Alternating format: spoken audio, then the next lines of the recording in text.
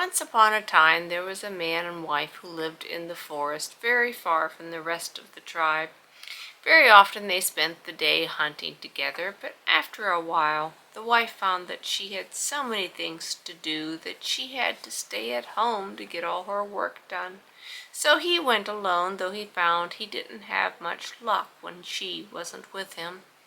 One day while he was out hunting, she fell ill, and in a few days she died.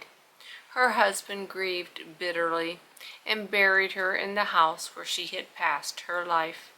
As time went on, he felt so lonely without her that he made a wooden doll about her height and size for company and dressed it in her clothes. He seated it in front of the fire and tried to think that he had his wife back again. The next day he went out to hunt, and when he came home, the first thing he did was to go up to the doll and brush off some of the ashes from the fire which had fallen on its face. But he was very busy now, for he had to cook and mend besides getting food, for there was no one to help him, and so a whole year quickly passed away.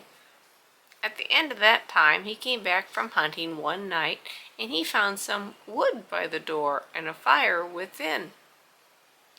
The next night there was not only wood and fire, but a piece of meat in the kettle, nearly ready for eating. He searched all about to see who could have done this, but he could find no one. The next time he went to hunt, he took care not to go far, and he came in quite early. And while he was still a long way off, he saw a woman going into the house with wood on her shoulders. So he made haste, and he opened the door quickly, and instead of the wooden doll, his wife sat in front of the fire. Then she spoke to him, and she said, "The Great Spirit felt so sorry for you because you could not be comforted. He let me come back to you. But you must not stretch out your hand to touch me till we have seen the rest of our people. If you do, I shall die." So the man listened to her words, and the woman dwelt there and brought the wood and kindled the fire, till one day her husband said to her, "It is now 2 years since you died. Let us now go back to our tribe. Then you will be well, and I can touch you." And with that he prepared food for the journey, a string of deer's flesh for her to carry, and one for himself, and so they started out. Now the camp of the tribe was a distant 6 days' journey, and when they were yet 1 day's journey off, it began to snow, and they were weary and they longed to rest. Therefore they made a fire, cooked some food, and spread out their skins to sleep.